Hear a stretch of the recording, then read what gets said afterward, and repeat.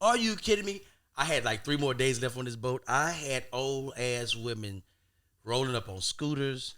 I had old women on walkers. They was like, baby, how much you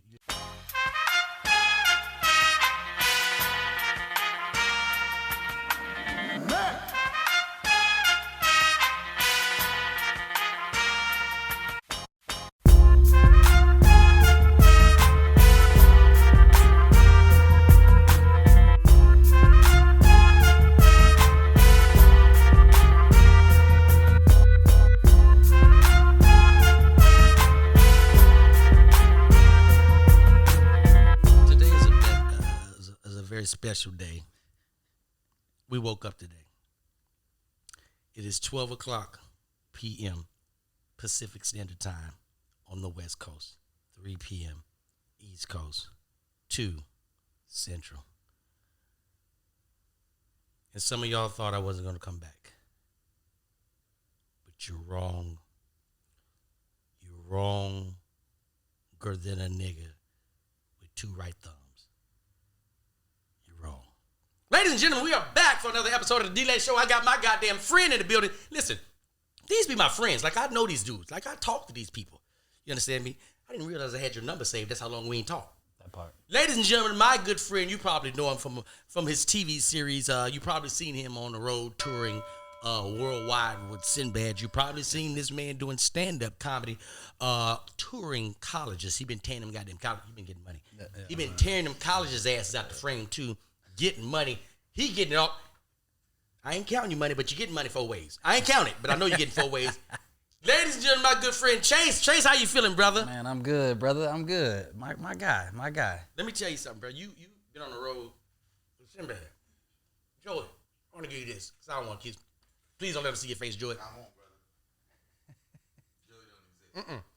Artificial intelligence. He's not real. I got you. It's not real at all. Touring with Sinbad. How many old women try to throw ass at you nightly? Oh, man. Let's just get straight to it. Man, I was a sacrificial lamb, man. You know, when you're on the road with somebody that is living right, you know, you got to be the wall. And sometimes the wall include the mother love breasts. Hold on, let me help you out. We speak very freely on this Oh, show. okay. So when you say a man that's clean, no, this right here is all out. Oh, okay. All right. You know, Yeah, I didn't know my parameters. Yeah, you got it. You know what I'm saying? Yeah, right. There's a gun line, but right now you're nowhere near it. Okay. You're nowhere near the gun line. Okay, cool. So yeah, no, then because Sinbad a faithful man and actually a good man. He is. True. He'll throw your ass out there like, hey, don't talk to me, but you should talk to Chase, and it'll be like this. She just put her teeth back. She just put her teeth back in her fucking mouth, and you think that this is okay? And yeah, he did. And let me stamp this. Okay. Let me stamp this story for you to let you know he's not bullshitting. I was on tour. I didn't do a tour with him, but I did a cruise with Sinbad, and Sinbad called me back on stage after. It was a dope moment. He fucking loves you, by the way. Man, thank you, brother. When we was riding, he was like, "Hey man, your nigga D-Lay? Hey man, that's my nigga." I didn't know Sinbad said nigga. Oh yeah. Like, I had no idea. Like, he is a real dude, bruh. He called me back on stage. That's when I got off the boat. I called Chase. Me and Chase talking. I'm like, hey, bro, this nigga called me back on stage. It was amazing. And he was like, hey, man, are you single? I was like, yeah, I'm single. And he was like, well, you know what? We got to get you taken care of. You got any student loans? I was like, yeah. Okay, we will get your student loans paid for. And the women started clapping. I was like, oh, you kidding me? Are you kidding me? I had like 3 more days left on this boat. I had old ass women rolling up on scooters. I had old women on walkers. They was like, baby, how much you What'd they offer you? What was the highest price? Cause to pay the whole debt off, $60,000. Listen, so the one that I got, I was just playing because that's what he'd do. He'd bring you back up on stage, right? And we were in somewhere in Florida, right? One of them retirement fucking places, and we're there and we're gassing. He was like, it's his birthday. So right, all these old women start going crazy. He was like, nah, but like we can't just have it be regular. Like it can't just go to the lower bidder. Who got a helicopter? That's where he started. Who got a helicopter, right? That's where he started. It was like, who got a helicopter? Chick raises her hand. He was like, all right, who got a plane? He kept going up. He was like, who got an island? That was the one The oldest one there. The oldest one there. So if I didn't do it, but if I did it, Are we being honest now? we're being honest. I would have told You've been on the road with Sinbad, but it was for a while. Yeah. Have you taken down any old chicks on that? Because here's the deal. If I'd have been on 2 more shows with Sinbad, I'd have fucked the shit out of one of them old ladies. That's just a fact. If I'd have been on 2 more shows with Sinbad, I'd have dropped dick in an Esther, in a Gertrude, in an Ethel, A Joyce. yeah, in a Hattie Mae, A Harriet. yeah, in a Miss Doris. I would have done it. So have you done it? Be honest with me, Chase. Listen, cause you're a real one, and I will say this: I've had my run-ins with the elder and the young, because they pawn you off. They'll be like, you'll be on stage and he'll be saying something. No, but I got a daughter. It's like this. How has your daughter been fucking up that it looks like I can save her? You know what I'm saying? Like, I'm opening for this nigga. Like, how do I look like I'm in a position? That's when, again, like, you know that people believe in potential. That's when I knew, like, all right, cool, y'all buying into my potential. Right. And then Sinbad be like this, hey, this a raggedy nigga. Like, he came from a lot. Like, don't let this cardigan, don't let whatever the fuck he got on right now fool you. So, yeah, they thrown me their young, and then eventually you just start seeing, like, I'd rather get sleep. Go to bed. I would rather get sleep. Let me tell you what Sinbad told me. Came off stage. We had 2 shows that the same night. Came off stage and he was like, man, I heard about you. You know, Michael Collier was telling me about you. He was like, man, you a bad boy. He was like, you opened up for Bill Bellamy? He was like, God damn, how?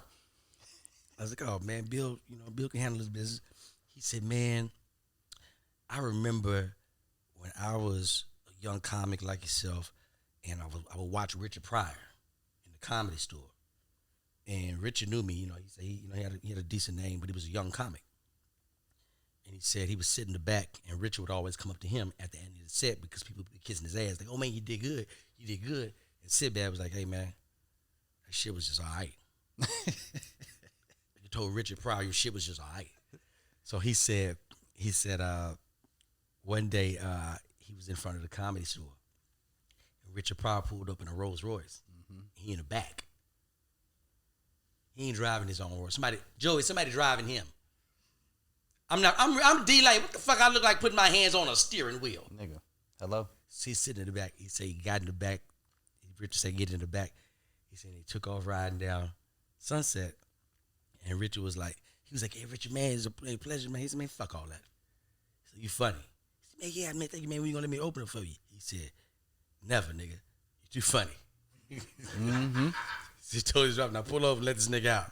He said, I'm far from home. He said, you'll make it. Yeah. Yeah. Richard Pryor told the nigga, you'll make it. He said, and I got out the car and he hit me what he was trying to tell me. It wasn't about the ride home, which I didn't have. It was about the career. Like, you'll make it.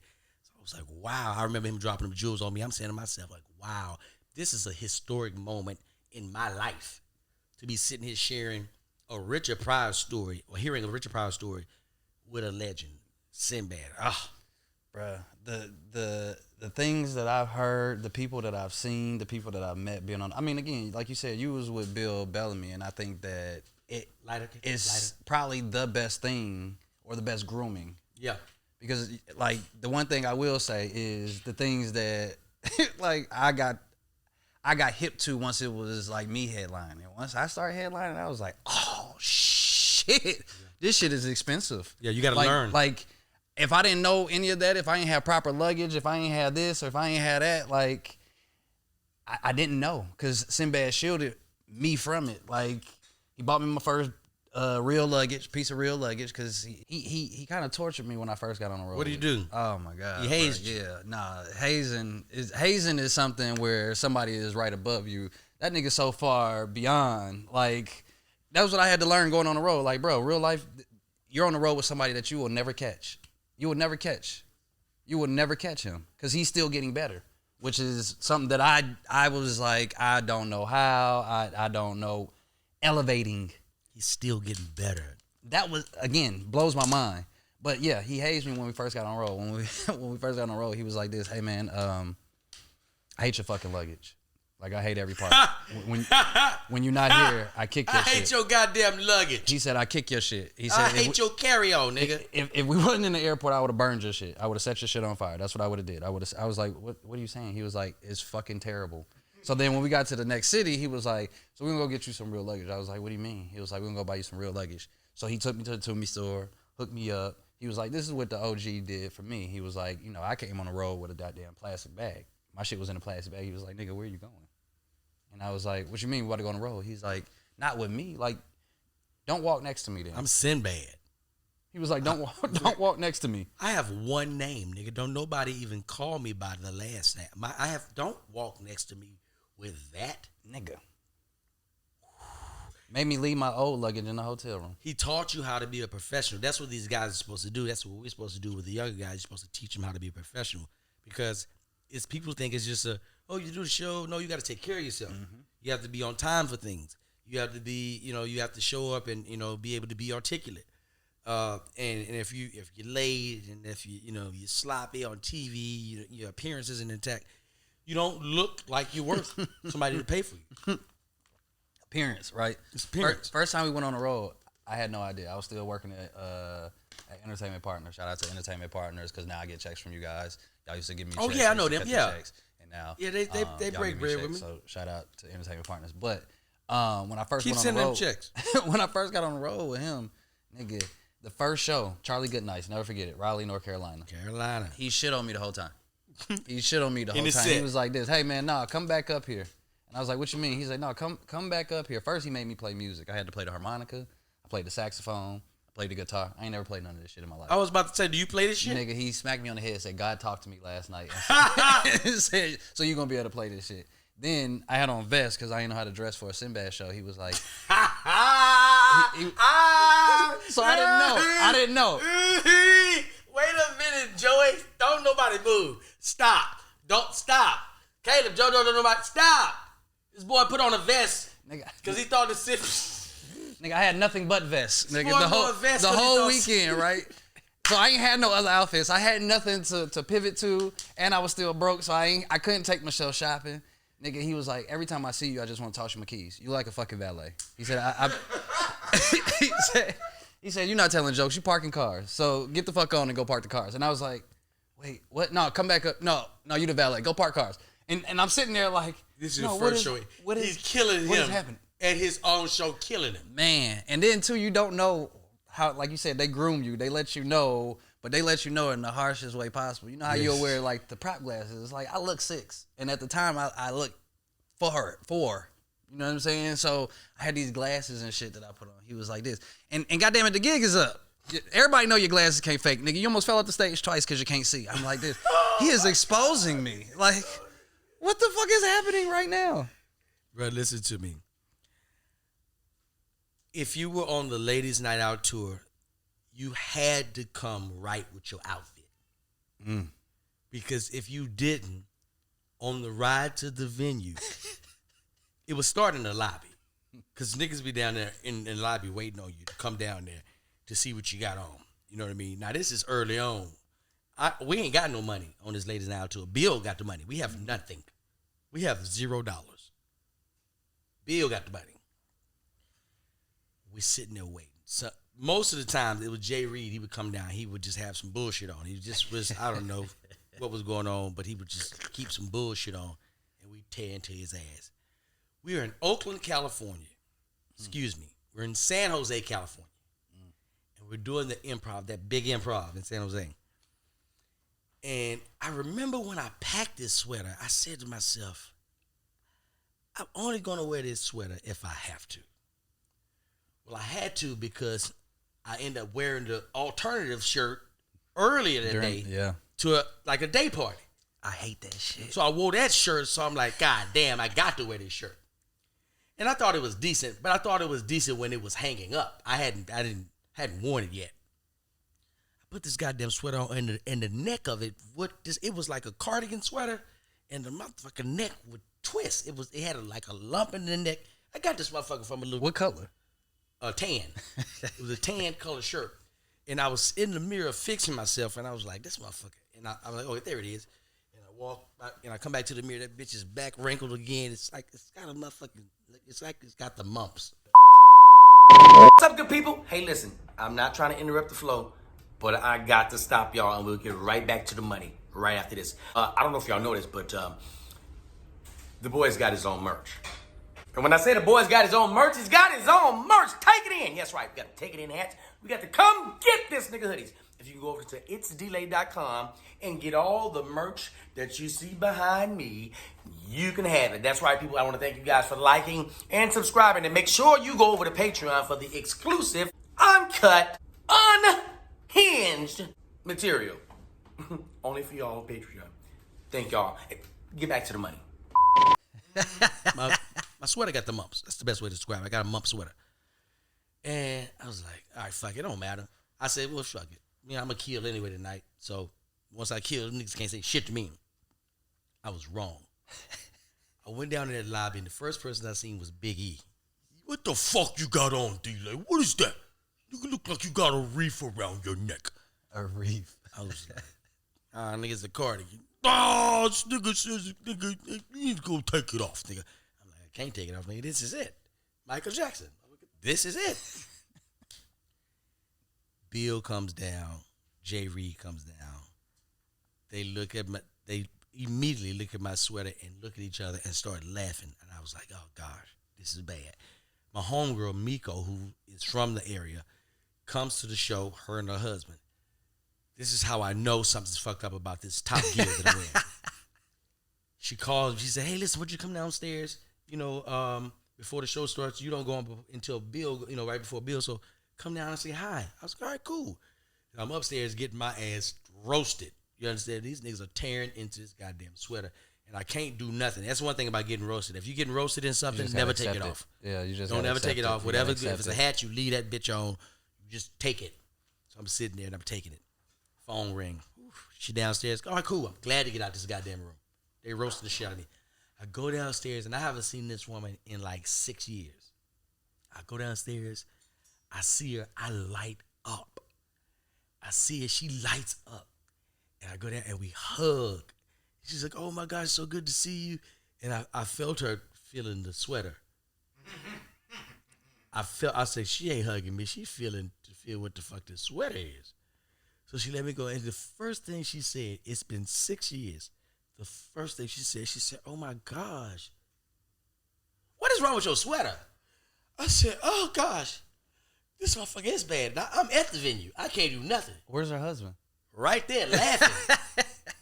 He right there laughing. So he agrees that something is fucked up about this sweater.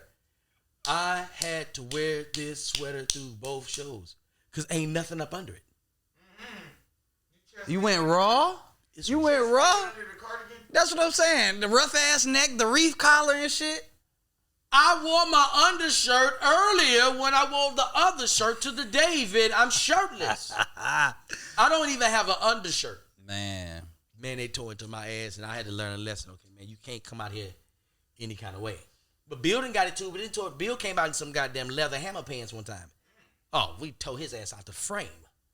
Oh, yeah. no, listen. Ain't nobody off limits. Listen, hey, I've had my fair share. One, Sinbad will be the most colorful motherfucker that you'll ever see, right?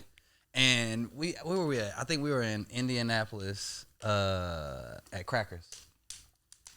We had Crackers. Crackers Comedy Club. And, you know, when you part of the Sinbad experience, some days you overcommit. You like, fuck it. Man, one day I did a show at Crackers, and there's still footage. I had to take that shit down. Nigga, I look like Sinbad Jr. up there. I got on the colorful ass with David something old nigga's name shirt, nigga, and I am in there colorful than a motherfucker. I can't focus on my jokes because the light keep reflecting off all these colors and shit.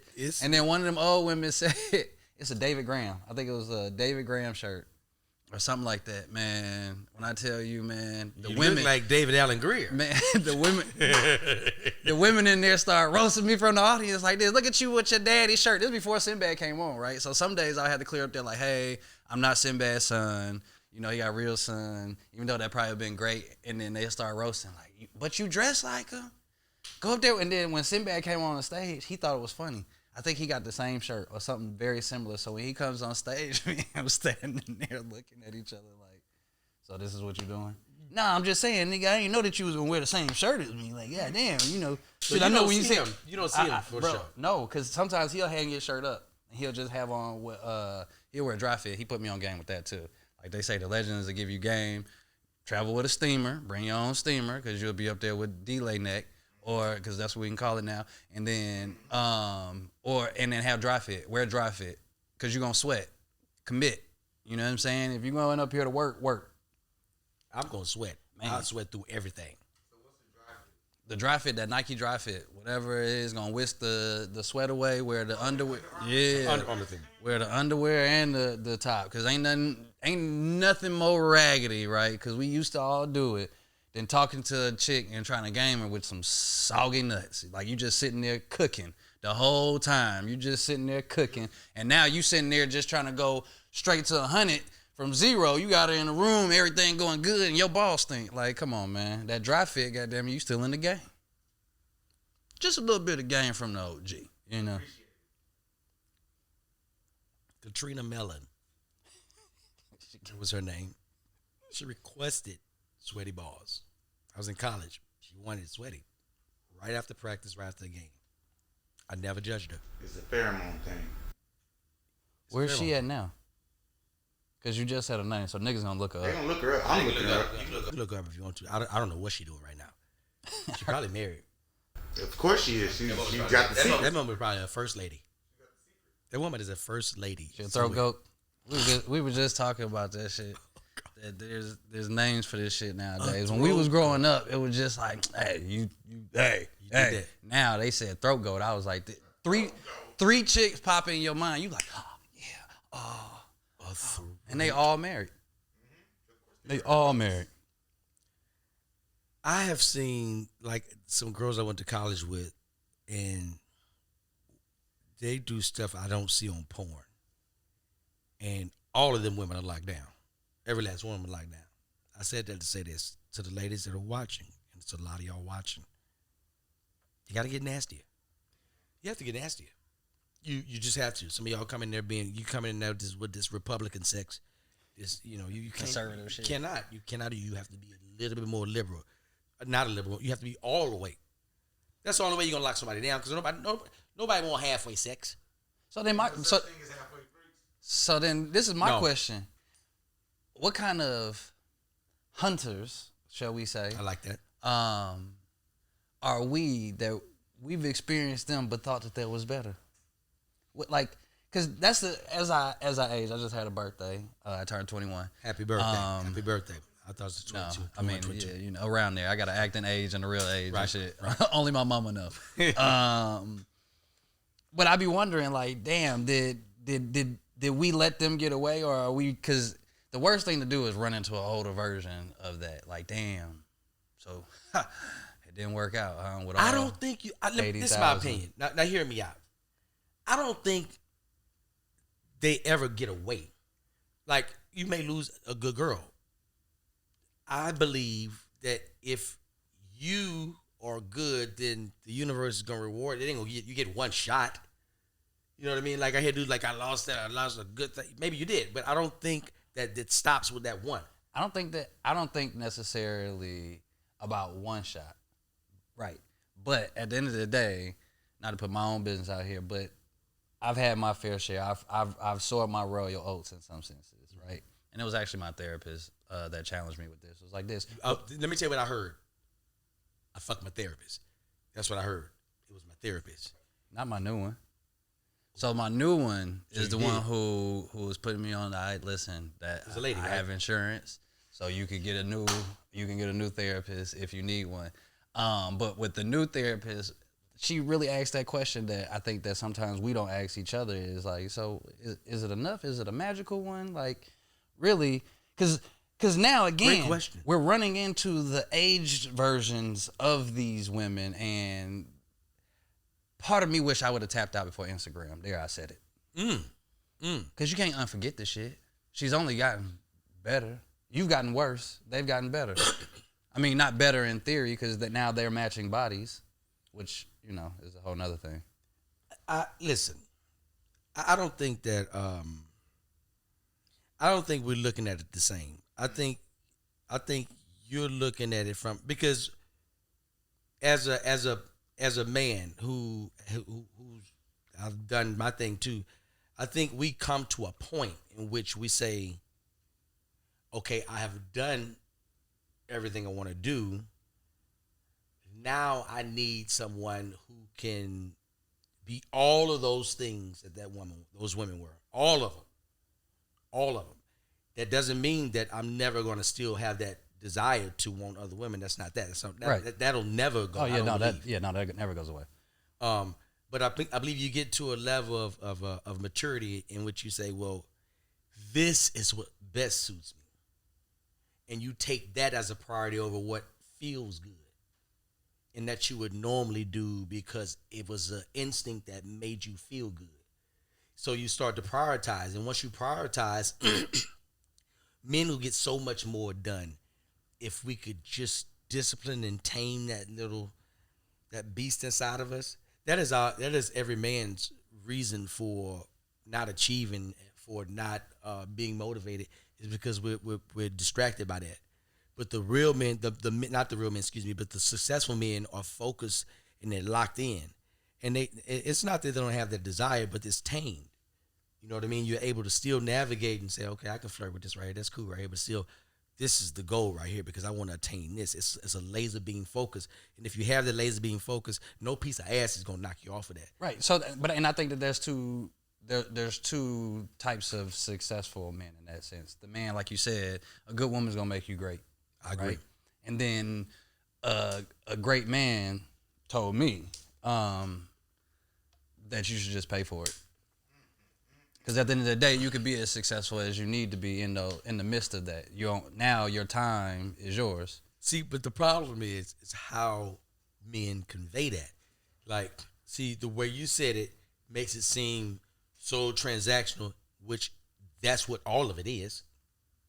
But women don't want to hear it like that. That's why they mad at Kevin Samuels, because the way he's saying it to them, they're not used to hearing it like that. It's used to really being buttered and really pontificated in a softer manner in which they can digest it. And this coming head on is knocking women off their track like, oh my, what the hell is this? So when it comes to saying you should just pay for it, that will get a or a frown faster than a, hey, listen, I'm a successful man. I run 4 multi-million-dollar businesses. I move around a lot. I'm very interested in you. I want to see, you on a more daily basis, which means I'm gonna have to pay you for that time. So then again, so now that we've seen all the trips being taken, right? But so like you said, it's all transactional, right? And I think this is the part that really gets missed. It's an even transaction, right? If you getting depends on the people, depends on the people. Like, well, yeah, right. I mean, then you shouldn't be there. I'm giving you dick, you giving me pussy. Boom, now we even, right? That's right. Right. So now we equating it to time. Okay. Right? And if now you're cooking with grease. If I want to be more efficient with my time, then I should be upfront on, hey, I'm paying you for this. So now I can go focus on this. Oh, so I love it. By the way, no. I love it. But that's what I'm saying. And at the end of the day, where the discomfort comes from is because there is no monetary price because things have been overpriced. So just like you said, more men are successful when they do have laser focus. So if I'm supposed to have laser focus, that's not laser focus because I got to give you my time. And my time equates to this. That's what you said. So now, can I just give you an even exchange for my time? Let me tell you what you're doing here. You're dropping jewels. You're teaching people. You're reaching people. Ladies and gentlemen, this has been a fabulous episode. This is what we call, this episode is going to be called a gameful episode. It's gameful. It's a game. You're getting a lot of information. Because that's what, listen, I don't ever want people to feel like we always have levels to my show. You have moments you have to think. You have moments you have to laugh. You have moments where you have to I'm learning something right here. This is interesting. And that's what I think I always want to present to the audience. Especially when you got two males that are thinking, we're thinking the same, but we may be looking at in two different directions about a situation, and we come together and try to figure out how do we agree on this. That is what any successful relationship is about. I thoroughly believe. Chase, brother, I appreciate you, brother. Hey, man, much more success. Hey, but you getting TV money now. Oh, man, that's... Don't tell my family. The people have been seeing you. See, here's the deal. People have been locked down, so they've been searching everything. They've been looking for you. And they're going to be going searching. Now, here's the deal. What's your woman? Just give me, what's your woman? What is a It could be, I don't like long nails. It could be, I'm a guy that don't like weed. I'm a guy that likes, what's your woman? If you ain't a good person, okay.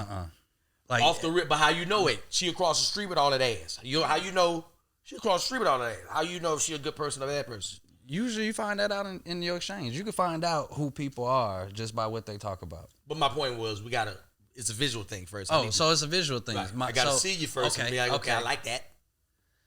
My woman. My is toes, shoes, that whole little thing. Like you said, that's a part of the ensemble. But how you take care of your feet is how you take care of your house.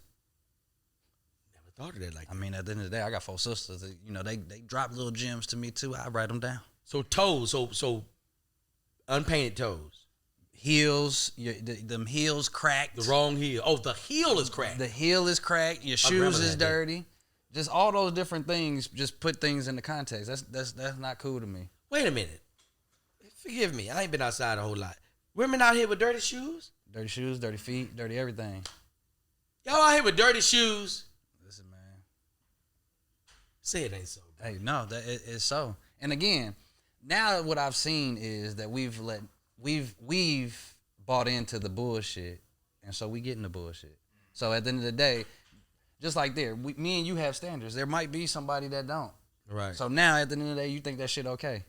So there's another nigga that hollered at you with them busted ass shoes and thought it was okay. Or you got that trick, right, who wanted to give you the time and the money and said, baby, I could buy you some new shoes. He brought it back full circle. Chase, brother, I appreciate you. I wish you the best of luck. Not luck. I wish you the best of life on your endeavors. I know you're going to do bigger and better things, man. You're going to keep rising to the top, brother. I appreciate you. Ladies and gentlemen, this has been another episode of The D-Lay Show. I appreciate you guys for watching. Make sure you hit that like button, subscribe. Make sure you hit that notification button, turn that bitch on. They got to have that. Hey, man, I appreciate y'all, man. Listen to me. My Patreon subscribers, I love all y'all. Shout out to all my new ones. Shout out to all my day ones. I'll see y'all next time.